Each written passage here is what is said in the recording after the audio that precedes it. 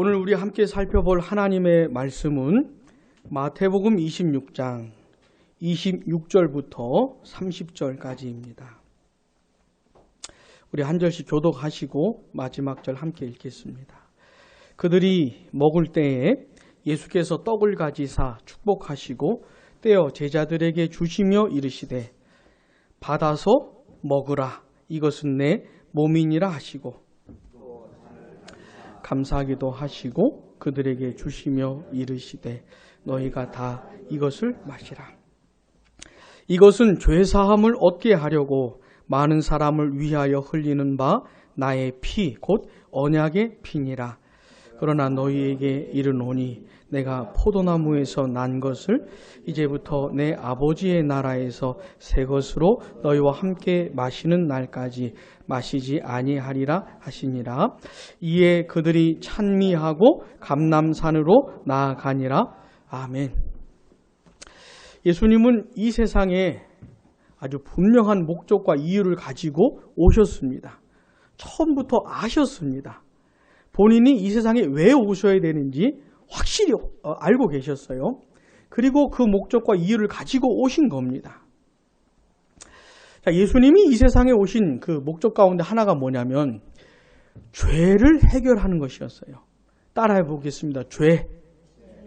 죄를 해결하는 것이었습니다. 자, 예수님이 죄를 해결하시기 전에 그 누구도 이 죄를 해결한 존재가 없었습니다. 또 예수님 이후에도 그 어떤 존재도 예수님 이 죄를 해결한 존재가 없어요. 예수님이 이걸 해결하러 오신 겁니다. 왜냐하면은 이 세상에 가장 근원적인 문제가 죄이기 때문에 그래요. 여러분 오늘 우리 그 헌금송 내용이 뭐였습니까? 고요한 바다로. 예. 무슨 말이 우리가 인생을 사는 중에 여러 가지 어려움들이 생긴다 이거죠. 그러나 그 어려움 중에도 이렇게 믿음으로 살아가는 그런 내용의 찬송 아닙니까? 자, 그런 것처럼 사람이 태어나서 사는 중에 얼마나 많은 일들을 겪는지 몰라요. 이 세상에서 사람들이 겪는 모든 슬픔, 아픔, 괴로움, 눈물, 한숨, 이런 모든 나쁜 것, 안 좋은 것들의 그 근원적인 원인이 바로 죄입니다. 이 죄 때문에 그렇게 되는 것이에요. 왜냐하면 이 죄가 하나님과 사람의 관계를 파괴하기 때문에 그런 것이에요. 자, 사람은 누가 만드셨죠? 하나님이 만드셨잖아요. 그래, 하나님이 사람을 만드실 때 하나님하고 딱 붙어 살아야 행복하게 되도록 만드신 겁니다. 그러니까 사람은 그럴 수밖에 없어요. 그렇게 만드셨기 때문에. 그러니까 하나님하고 딱 붙어서 살아야 돼요. 하나님 사랑하고 하나님과 교제하고 하나님 예배하고 하나님과 이렇게 동행하는 친밀한 관계를 갖고 있어야만 행복할 수가 있어요. 생명이 되시는, 생명의 근원 되시는 하나님이 사랑과 긍휼과 자비를 베풀어 주셔야만, 그 하나님이 주시는 것들을 받아 살아야만 행복할 수 있는 존재로 만드신 겁니다. 근데 이 하나님과 사람의 관계를 뭐가 파괴했다고요? 죄가 파괴한 겁니다. 완전히 박살을 내버렸어요. 끝장을 내버렸습니다. 이 죄 때문에 사람이 하나님으로부터 떨어지게 되었어요. 멀어지게 되었습니다. 온갖 선하고 좋은 것들이 다 하나님께 있었는데 거기서부터 떨어지게 되었으니 사람이 사는 그 인생이 뭐가 되겠습니까? 그래서 사람들이 이 세상에서 그런 괴로움들을 겪으면서 살아가는 것이죠. 그래서요, 이 세상의 근원적인 문제가 되는 죄를 반드시 해결해야 됩니다. 이 죄를 해결하는 자가 세상의 구원자가 되는 겁니다. 무슨 말인지 아시겠어요? 딴 거 필요 없어요. 죄를 해결해야 돼요. 그 어떤 종교나 철학이나 사상이나 다 가지고 오라고 해보세요. 우리가 질문해야 될 게 뭐냐면 죄는 어떻게 해결합니까? 당신 종교에서는, 당신 철학에서는 죄를 어떻게 다룹니까? 이거 해결할 수 있습니까? 이 질문을 던져야 되는 거예요. 근데 그 어느 누구도 죄를 해결한 존재가 없어요. 자, 여러분 그 교리 공부할 때 혹시 기억나십니까? 죄를 해결해서 하나님과 사람과의 관계를 회복시키는 그 역할을 하는 그분, 그 역할을 맡은 분을 뭐라 부르죠? 세 글자. 예수님은 그분의 이름이시고 세 글자, 그 역할을 구원자 또요. 하나님과 나의 관계를 회복시키시고 화목케 하는 그 관계를 유지하시는 중보자. 구원자가 되시고 중보자. 자, 이 중보자가 뭐 하는 거냐면 죄를 해결하시고 하나님과의 길을 트시는 거예요. 하나님께 나아가는 길을 트시는 겁니다. 관계가 회복되는 것을 중보자가 하시는데, 자, 중보자의 자격 조건이 있다고 그랬죠. 기억나십니까? 이거 엄청난 얘기인데 자격 조건이 뭡니까? 그렇지요. 너무 고맙습니다. 신성과 인성을 갖고 있어야 돼요. 그러니까 완전한 하나님이시기도 하고 완전한 사람이기도 해야 돼요. 오직 이분만이 중보자 역할을 할 수가 있습니다. 근데 이 세상에 있는 존재들 가운데 이런 존재가 없어요. 천사도 아니고 인간도 아니에요. 아무리 훌륭한 위인이라 할지라도 그에게는 신성이 없습니다. 인성밖에 없어요. 사람밖에 안 되는 것이죠. 성부와 성령께는 인성이 없습니다. 그게 누구만요? 성자 하나님, 그 예수님밖에 없는 거예요. 그러니까 예수님만이 중보자가 될 수가 있는 겁니다. 자격 조건 자체가 그래요. 그러니까 딴 존재, 딴 인물 대봤자 아무 소용이 없는 겁니다. 자, 그분이 완전한 자격 조건을 갖추신 그분이 이 세상에 오신 거예요. 왜 오셨다고요? 죄를 해결하고 하나님과 사람의 막힌 담을 허시고 이제는 하나님께 나아갈 수 있도록 관계를 회복할 수 있도록 하게 하려고 예수님이 오신 겁니다. 그렇게 오셔서 중보자로서 완벽하게 감당해내셨어요. 전혀 하자가 없는 인생을 사셨습니다. 그리고 이제는 얼마 안 남은 거예요. 예수님이 오셔서 그 죄를 해결하셔야 되는데 이제 그 일을 마무리할 때가 다 된 겁니다. 이제 얼마 안 남았어요. 그때 사랑하는 제자들과 함께 마지막으로 식사하시는 그런 장면이 바로 오늘 본문 이야기입니다. 이제 얼마 안 남았어요. 이날 이제 이 시간 지나고 나서 예수님이 어떻게 됩니까? 로마 군인들에게 붙잡히시고 십자가형을 언도받고 채찍질을 맞으시고 십자가에 못 박혀 죽으시면서 다 감당을 해내신 겁니다. 여러분 혹시 아십니까? 우리 예수님께서 우리의 죄를 해결하신 방식이 뭔지 아셔요? 죄값을 대신 치르는 방식이에요. 자, 예수님이 채찍질에 맞으셨잖아요. 채찍질을 당했잖아요. 이 채찍은 가죽으로 만든 채찍인데 이 채찍 끝에 쇠 조각이나 뼈 조각을 붙여놔요. 그래가지고 두세 대 맞으면 이미 만신창이가 되는 겁니다. 이미 맛이 가는 것이에요. 그런 채찍질을 당해요. 거의 죽는 겁니다. 몸이 그렇게 찢겨나가는 것이죠. 피를 흘리면서. 그리고 십자가에 이제 채찍질을 당한 다음에 예수님 같은 경우는 가시면류관도 쓰셨고 그다음에 자기가 못 박혀 죽을 그 십자가 나무 십자가를 가지고 그 죽을 장소까지 끌고 가는 겁니다. 예수님은 힘이 없어가지고 누가 도와줬잖아요. 구레네 시몬이. 그리고 십자가에 못 박혀 죽는데요. 처음에는 이 손바닥에다가 못을 박았답니다. 근데 이게 자꾸 찢어지니까는 손목에다가 박았다는 것이에요. 그리고 이 엉덩이 근처에 체중을 좀 유지하라고 나무떼기를 좀 붙여놓습니다. 그렇게 못을 박은 다음에 이렇게 높이 드는 거예요. 그리고는 천천히 죽게 만드는 겁니다. 서서히 죽게 만드는 게 십자가형이에요. 극도의 고통을 맛보면서 처절하게 죽이는 게 십자가입니다. 자, 예수님은 그렇게 몸이 깨지고 상하고 온 피를 다 흘리면서 죽으셨는데 그냥 죽은 게 아니고 우리의 죄값을 치르시면서 죽은 거예요. 우리의 죄값이 뭡니까? 내가 죄를 지었기 때문에 당연히 하나님의 진노, 하나님의 심판, 영원한 형벌, 지옥의 고통까지도 내가 다 받아야 되는 것이에요. 내가 죄를 지었기 때문에. 근데 예수님이 그것을 대신 감당하시면서 죽으신 것이죠. 그러니까 예수님은 그냥 채찍에 맞으시고 피 흘려 죽으셨다. 이렇게 생각하시면 안 되고, 하나님의 진노와 저주와 형벌을 다 받으신 거구나. 이렇게 생각을 하셔야 되는 거예요. 이렇게 하셔야 되는 것이에요. 자, 예수님은 그 방식으로 죄를 해결해 주신 겁니다. 자, 우리 하나님은 있잖아요. 그냥 어물쩍 넘어가는 분이 아닙니다. 그럴 수가 없는 분이세요. 공의로우신 하나님이기 때문에 내가 죄를 지었으면 반드시 책임을 져야 됩니다. 무슨 말인지 아시겠어요?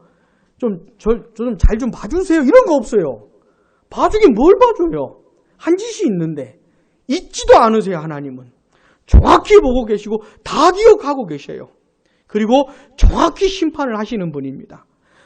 좋은 거 이런 거 없습니다. 근데 내가 죄를 지었기 때문에 무시무시한 심판을 내가 당연히 받아야 되는데 그걸 누가 받았다고요? 예수님이 대신 받으셨다는 겁니다. 자, 이제 그때가 거의 다 됐어요. 이제 조금만 지나면 예수님이 그렇게 하셔야 돼요.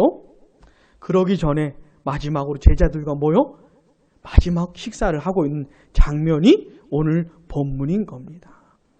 이런 배경을 좀 아시고 오늘 본문을 보셔야 됩니다. 자, 근데 예수님이 제자들과 마지막으로 했던 이 식사가 유월절 식사라는 게 유월절 식사. 자, 마태복음 26장 17절 보셔요. 17절 보시면 무교절의 첫날에 제자들이 예수께 나와서 이르되 같이요 유월절 음식 잡수실 것을 우리가 어디서 준비하기를 원하시나이까? 그래가지고 이제 준비해서 식사를 한 겁니다. 그 식사가 무슨 식사라고요? 유월절 식사.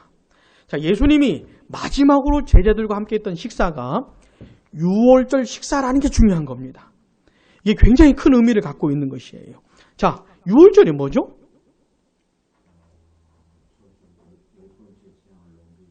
그렇죠. 언제 있었던 사건입니까? 그렇죠. 그렇죠.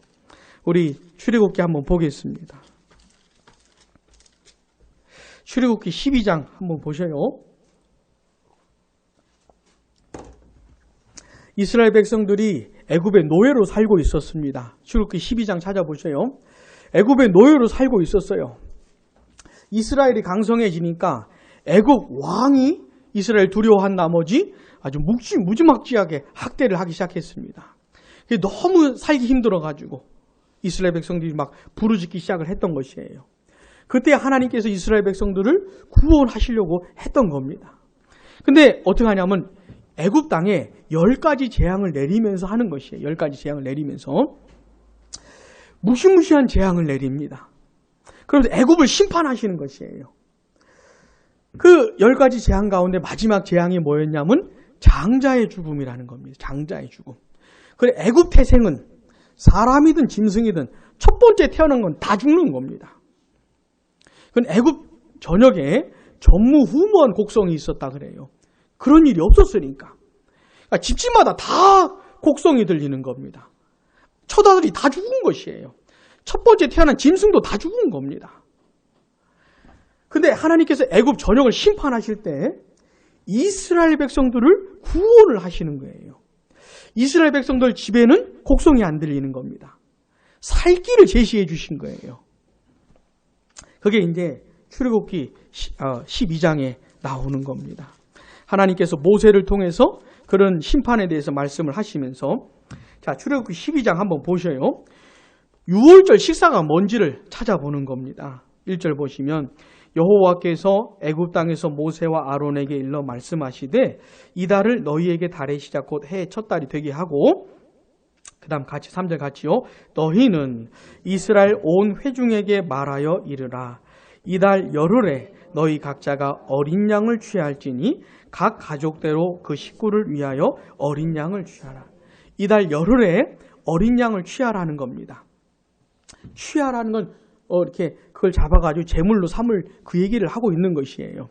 가족 식구에 적당하게 어린 양을 취하라는 겁니다.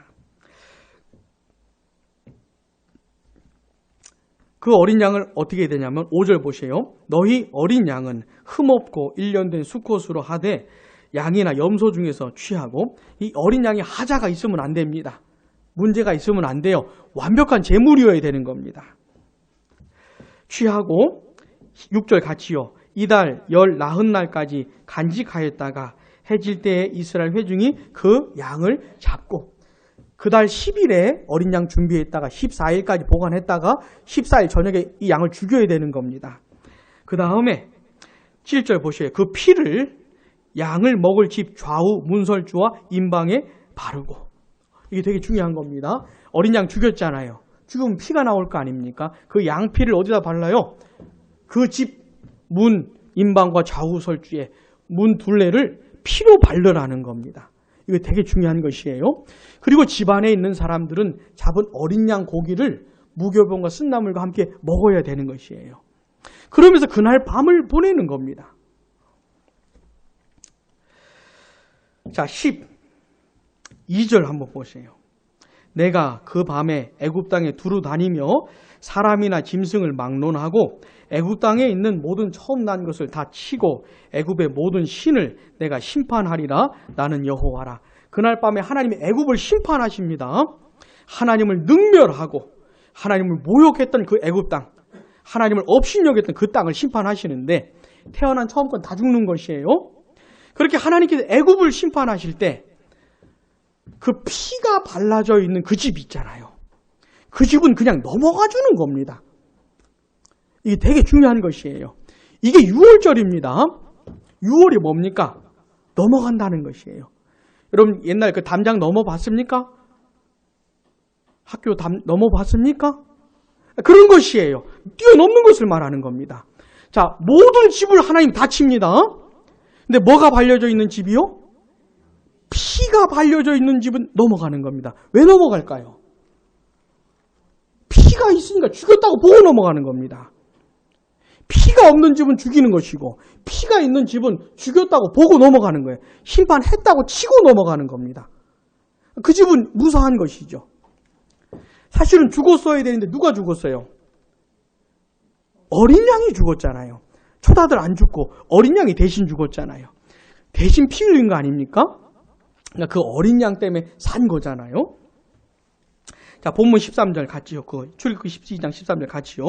내가 애굽 땅을 칠 때에 그 피가 너희가 사는 집에 있어서 너희를 위하여 표적이 될지라.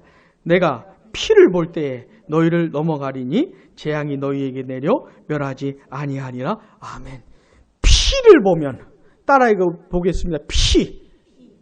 피 이러면 안 되고 세게 피. 이게 중요한 것이에요. 피가 중요한 것입니다. 피. 뭘 보고요? 피를 보고 넘어가는 겁니다. 왜요? 죽였다고 보고 넘어가는 겁니다. 14절도 보시면 너희는 이 날을 기념하여 여호와의 절기를 삼아 영원한 규례로 대대로 지킬지니라. 그래서 이스라엘 백성들은 이 첫 번째 유월절 이후로 매년 이 날이 되면 유월절 식사를 하는 것이에요. 이 날을 기억하면서, 아, 우리가 어떻게 구원받았지? 우리는 어떻게 살게 됐지? 아, 어린 양 때문에 살았지. 대신 죽은 어린 양 때문에 우린 살았지. 라고 하면서 그 은혜를 베풀으신 하나님을 기억하는 날이 뭐요? 유월절인 겁니다. 자, 생각을 해보세요. 첫 번째 유월절 이후로 매년 이스라엘 백성들이 각 가족마다, 각 가정에서 어린 양을 잡습니다. 유월절을 지켜요. 그러면 이스라엘 역사 가운데 대신 죽은 어린 양이 한 몇 마리쯤 될까요? 그렇죠. 엄청나게 많은 양이 잡혀 죽은 겁니다. 엄청나게 많은 어린 양이 다 이렇게 잡혀 죽임을 당한 것이에요. 이스라엘 백성들이 그 죽은 어린 양을 생각하면서 무슨 생각하는 겁니까? 보면서 무슨 생각하는 거죠? 아, 어린 양 때문에 살았지. 저 피 때문에 살았지. 이걸 기억하는 것이에요. 자, 그런데 그 수많은 어린 양들이 장차 오실 메시아 구원자를 예표하는 겁니다. 장차 누군가 오셔서 이 어린 양들처럼 대신 죽어가지고 대신 피를 흘려서 사람들을, 죄인들을 구원할 그분, 예표하는 것이에요. 숱하게 많은 어린 양들이 다 그분을 예표하는 것입니다. 그러니까 이스라엘 백성들 6월절마다 어린 양을 잡아 죽이면서 그분을 생각을 해야 되는 것이에요. 그분을 기다려야 되는 것이죠. 그분이 세상에 오셨어요. 그분이 누구예요? 예수님이신 겁니다. 6월절 어린 양으로 오신 거예요. 그렇게 많은 어린 양들이 잡혀 죽어가면서 말해 주었던, 가르쳐 주었던 그 구원자가 드디어 오신 겁니다. 그리고 그분이 우리의 죄를 어떻게 해결하셔요? 이 어린 양처럼 해결하시는 거예요. 대신 죽는 방식으로, 대신 피 흘리는 방식으로 해결하신 겁니다. 그래서 마치 하나님께서 출애굽 당시에 그 피를 보고 넘어갔던 것처럼 심판을 하셨다고 보고 넘어가는 거거든요.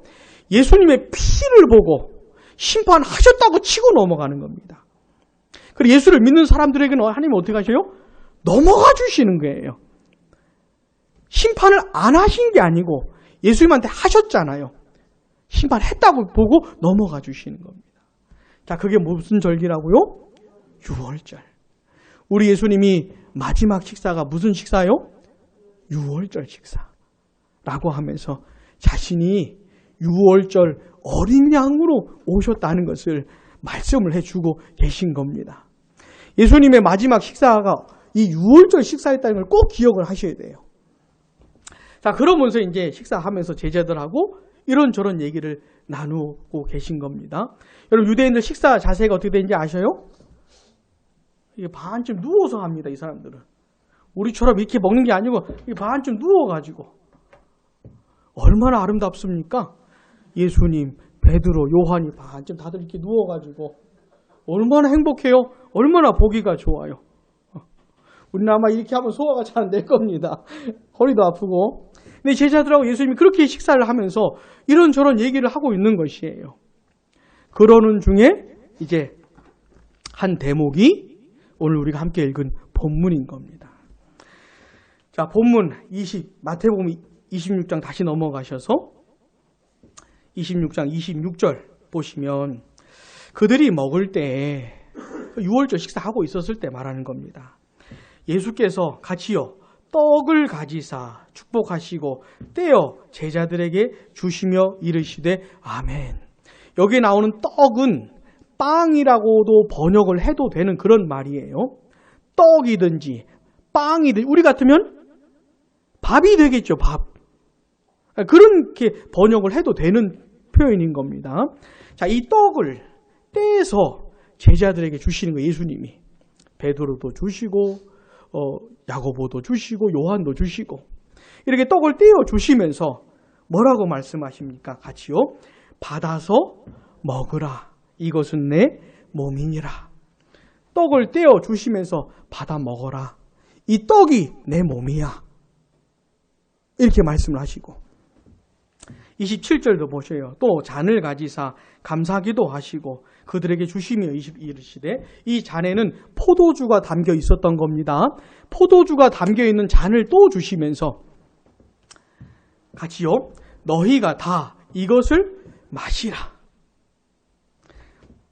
먼저는 떡을 떼어 주시면서 먹어. 이게 내 몸이야. 그 다음 포도주가 담긴 잔을 주시면서 마셔. 라고 하는 거예요. 그러면서 그 포도주를 가리켜서 뭐라고 하냐면 28절 같이요. 이것은 죄사함을 얻게 하려고 많은 사람을 위하여 흘리는 바 나의 피, 곧 언약의 피니라. 아멘. 자, 잔을 주시면서 마셔. 이게 내 피야. 라고 하시는 거예요. 자, 떡을 떼어서 주시면서 이게 뭐요? 이건 내 몸이고 잔은 피는 포도주는 내 피야. 이렇게 말씀하는 겁니다. 참 이상하지요. 이상하지 않습니까? 예수님의 몸이, 이 떡이 왜 예수님의 몸입니까? 이 잔이, 이 포도주가 왜 예수님의 피입니까? 이거는, 그러니까 그 떡이, 그 빵이 예수님의 몸이다 이런 말이 아니고, 이 빵이, 이 떡이 예수님의 몸을 가리키는 표라는 겁니다. 이 포도주는 예수님의 피를 가리키는 표라는 것이에요. 예수님의 몸과 피를 가리키고 있는 그런 물건들이죠. 이 떡과 포도주가. 예수님께서 이렇게 하시면 이건 제가 다음 주에 더 자세하게 말씀을 드리겠습니다. 요 담겨있는 내용은. 근데 이건 무슨 말이냐면 예수님 이제 요거 마지막 식사하시고 붙들리고 십자가에 피 흘려 죽으실 거거든요. 그걸 말하는 거예요. 예수님의 몸이 다 갈기갈기 찢겨지는 겁니다. 그 채찍을 맞고 어떻게 견딥니까? 온 피를 다 피를 흘리며 죽으시는 거거든요. 그렇게 예수님이 죽으실 거거든요. 여기서 말하는 떡과 포도주 또는 몸과 이 피는 예수님의 죽음을 가리키는 것이에요.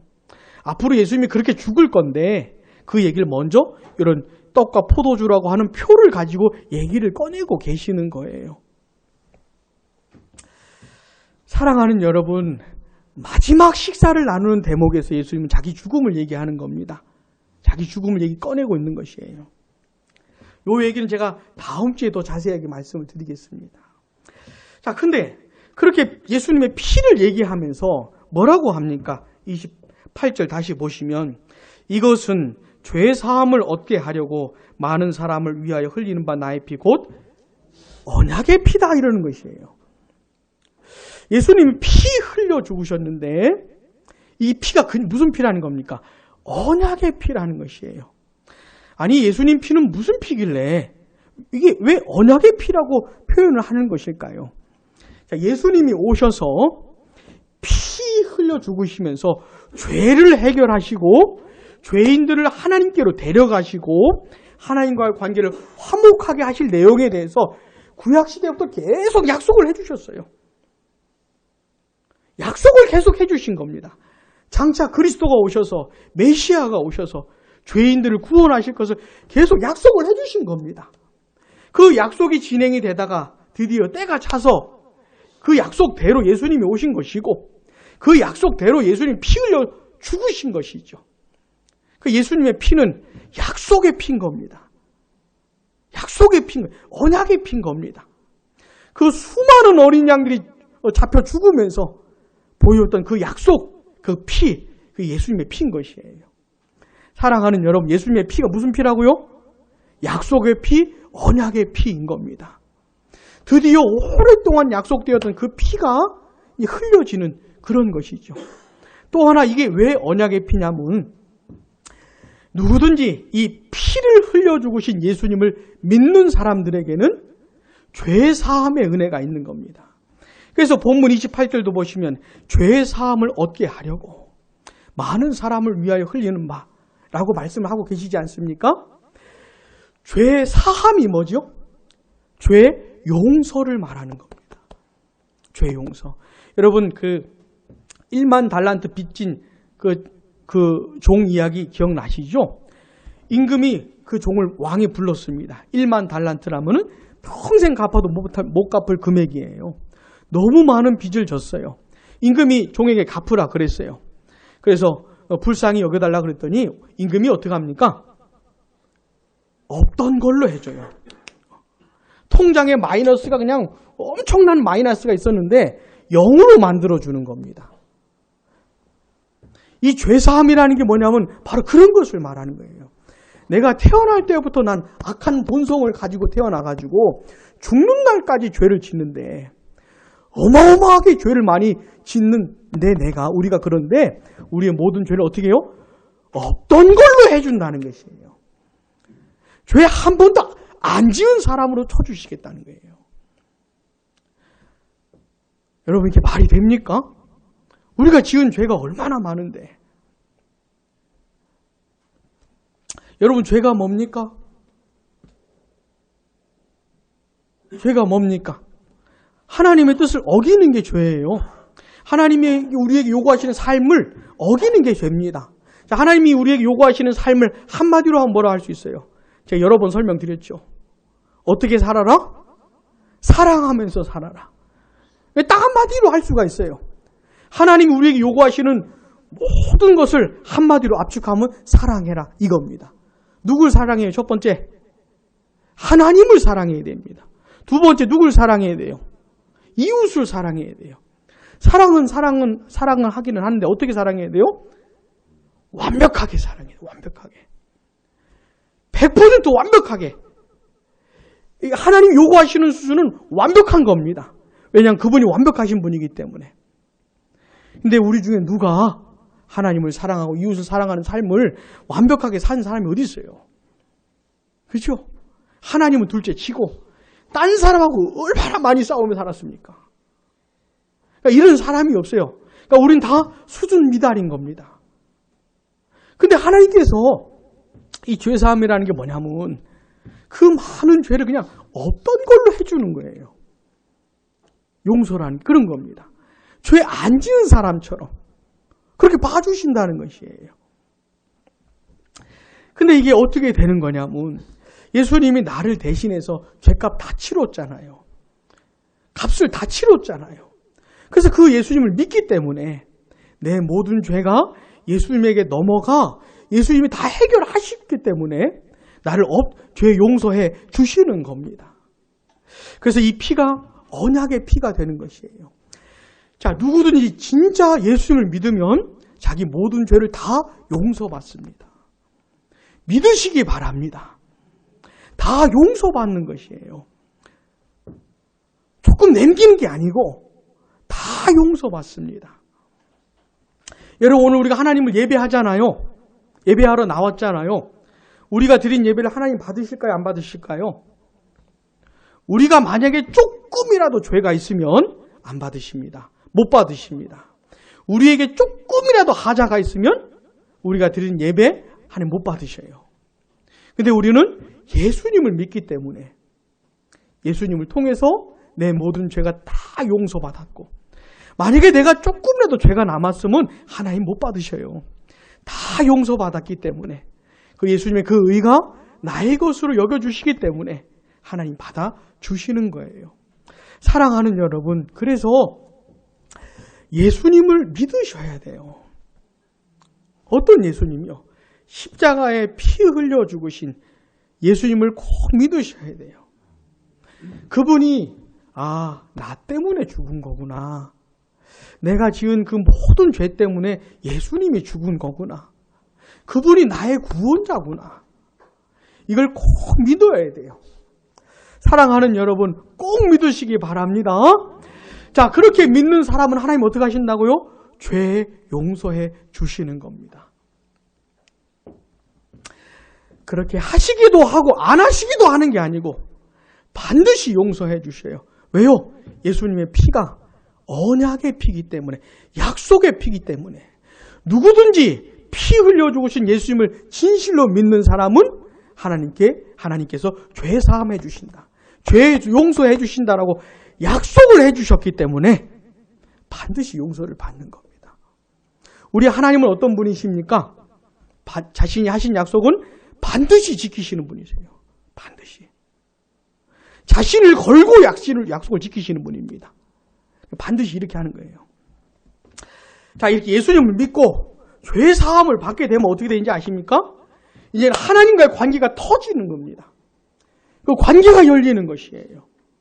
막혔던 담이 무너졌기 때문에 이제 하나님이 주시는 그 사랑, 기쁨, 평강, 자유, 하늘에 속한 모든 것들이 예수님을 통해 나에게 쏟아 부어지는 겁니다.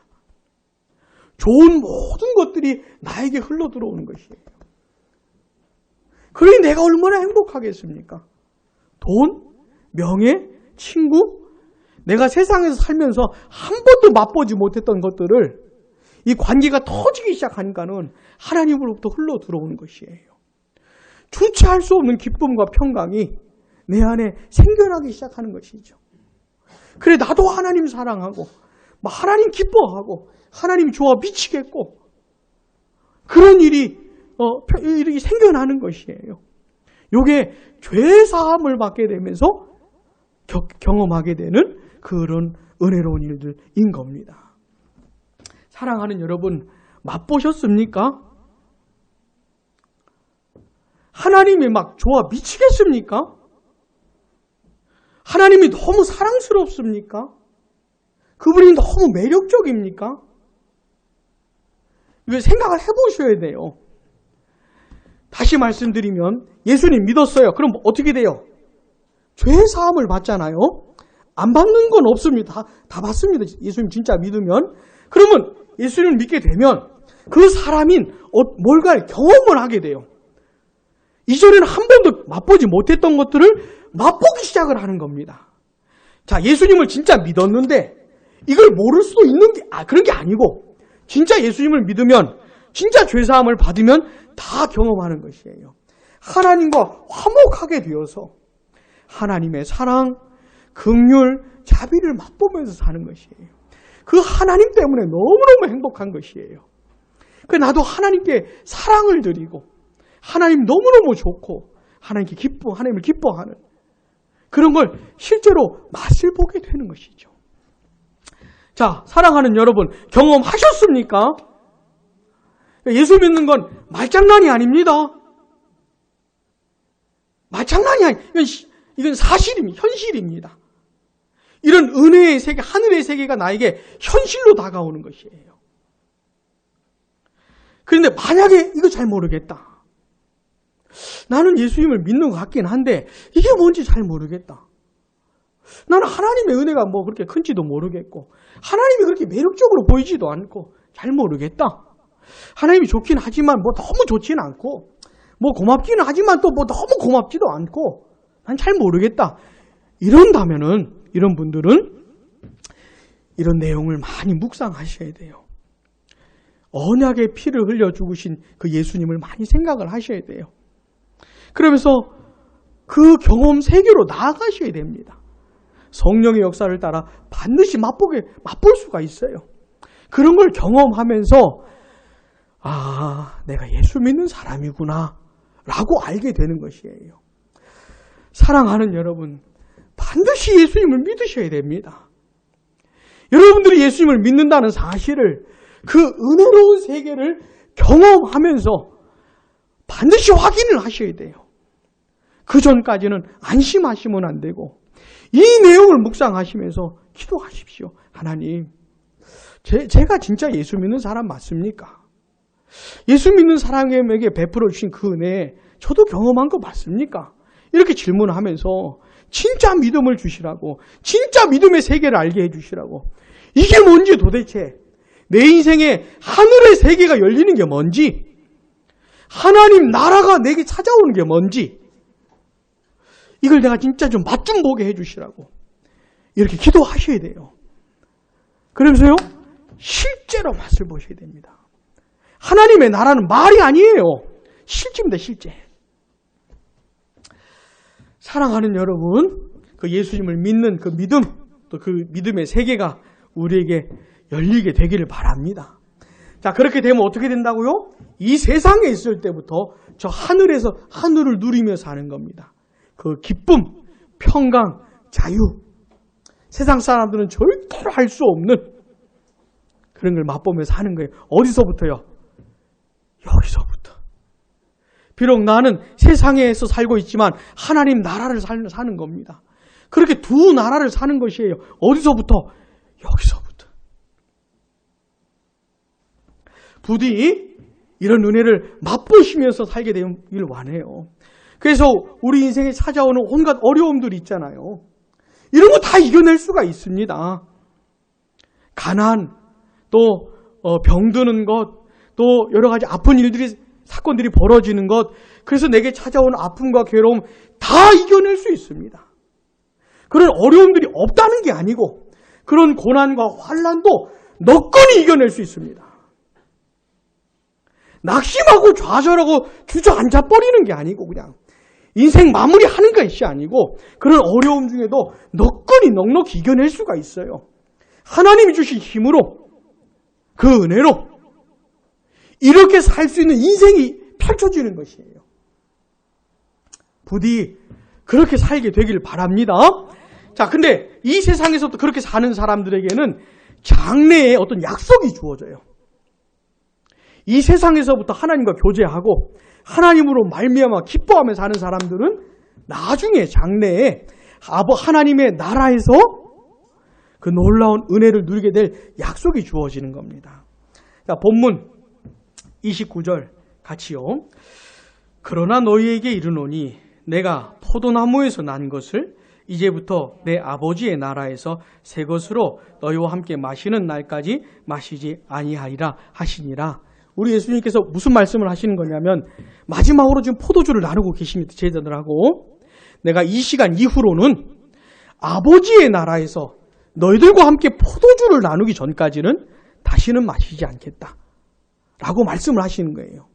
그러면서 아버지의 나라에서 예수님이 제자들과 포도주를 나눌 그 일이 있음을 말을 해주는 겁니다. 자, 우리 양모리교회 이제 처음으로 성찬식을 할 겁니다. 이제 빵과 포도주로 이제 할 건데, 그래서 포도주를 담궜어요. 어젯밤에 이제 포도주를 갖고 와서 맛을 봤습니다. 저도 포도주를 맛을 봤어요.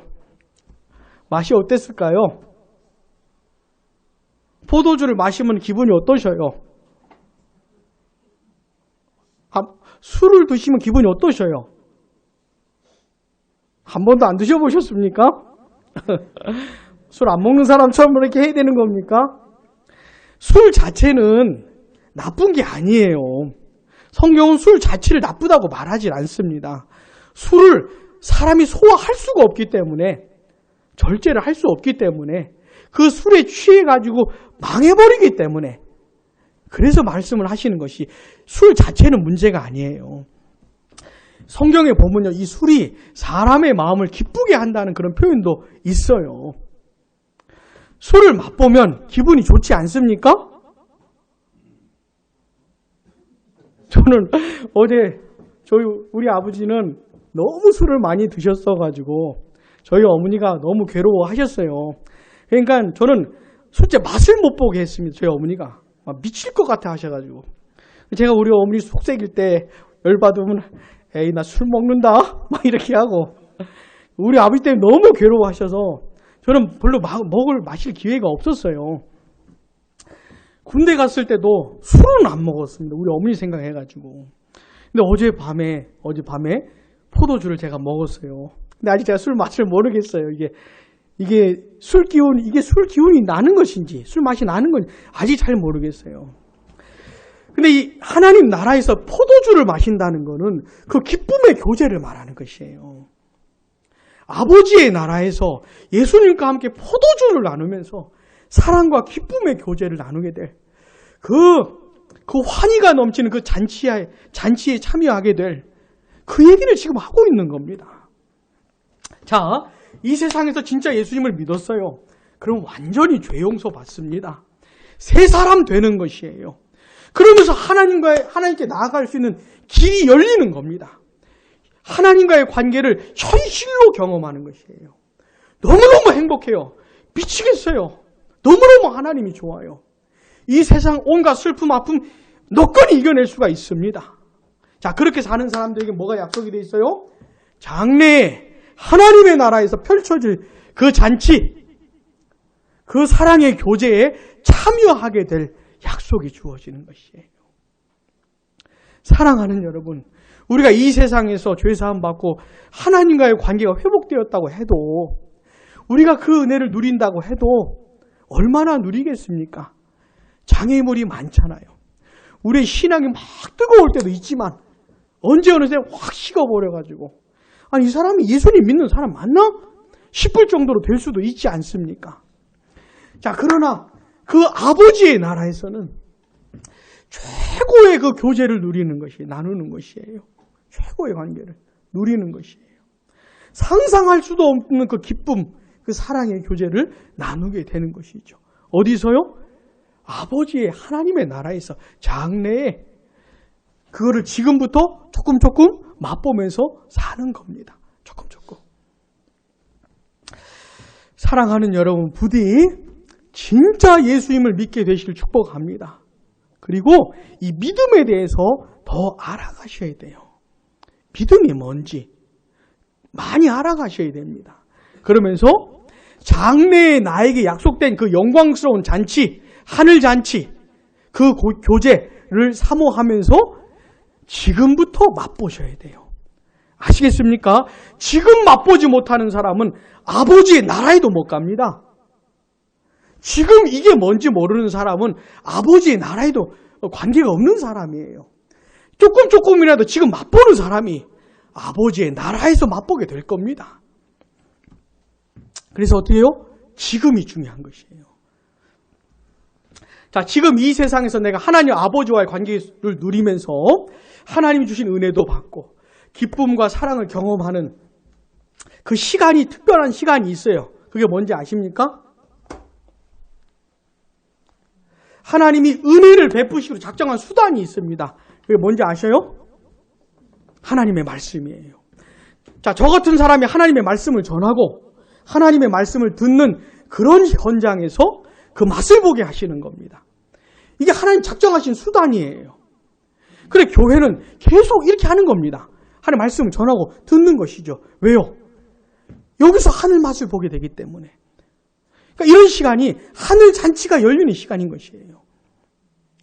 예배를 통해서 하나님께서 하늘의 맛을 보게 해주시는 겁니다. 사랑하는 여러분, 우리 양무리교회 예배 드리시면서 하나님의 말씀을 들으시면서 혹시 하늘의 맛을 보신 적이 있습니까? 아, 하나님이 진짜 나 사랑하시는구나. 하나님 나와 함께 하시는구나. 그래서 하나님께 너무 고마워 본 적이 있습니까? 나도 하나님을 정말 사랑하고 싶다. 하나님 뜻대로 살고 싶다. 이런 마음이 일어나 본 적이 있습니까? 이런 게 이제 하늘의 맛을 보는 것이에요. 이 세상에 있을 때부터 특별히 우리 양무리 교회로 묶어주셨으니 양무리 교회에서 선포되는 하나님의 말씀을 듣기를 사모하시기 바랍니다. 제가 설교해서 그런 게 아니고 하나님의 말씀이 전해지기 때문에 이 시간을 사모하고 가능하면 다 들으셔야 돼요. 제가 여러분들의 영혼을 생각하면서 조목조목 따져가면서 최대한의 유익을 생각하면서 이것저것 다 하는 것입니다. 하나님의 진리의 말씀을 다양하게 접근을 하는 것이에요. 여러분, 사랑하는 엄마가 사랑하는 자녀들을 위해서 음식을 준비할 때 건성으로 안 하지 않습니까? 대충 먹어라 마 이러지 않지 않습니까? 굶어 죽지나 마라 이러지는 않잖아요. 아이를 생각하면서 맛과 영양을 생각하면서 준비해서 주는 거 아닙니까? 우리 사랑하는 양무리교회 성도들의 영혼을 생각하면서 영혼이 살아야 되거든요. 하늘의 맛을 봐야 되거든요. 막 기뻐 날뛰어야 되거든요. 하나님 때문에. 그런 걸 생각하면서 여러 가지 각도를 맞춰가지고 준비해서 전하는 것이기 때문에 어느 한 시간만 오지 마시고 만족하지 마시고 골고루 들어보셔요. 애써 보셔요. 하나님이 그런 것을 통해서 하늘의 맛을 보여주시기로 하셨기 때문에 그런 시간들을 통해서 하늘의 세계가 열리는 겁니다. 저는 우리 사랑하는 양무리교회 성도들을 만나게 된 걸 너무 감사합니다. 저는 여러분들은 어땠는지 모르겠지만 저는 되게 감사해요. 감사한 마음으로 정말 하나님의 말씀을 나누고 싶습니다. 깨닫는 것에서 그치는 것이 아니고 여러분들의 영혼에 하나님의 은혜가 막 뛰어넘치고 여러분들 심령 속에서 생수의 강이 흘러나오고 기쁨과 평강과 자유, 이 세상을 압도하는 기쁨 이런 거 있잖아요. 이런 것들을 반드시 맛보게 되시기를 기도하면서 함께 가기를 원하는 겁니다. 부디 그런 은혜가 있길 바랍니다. 기도하겠습니다.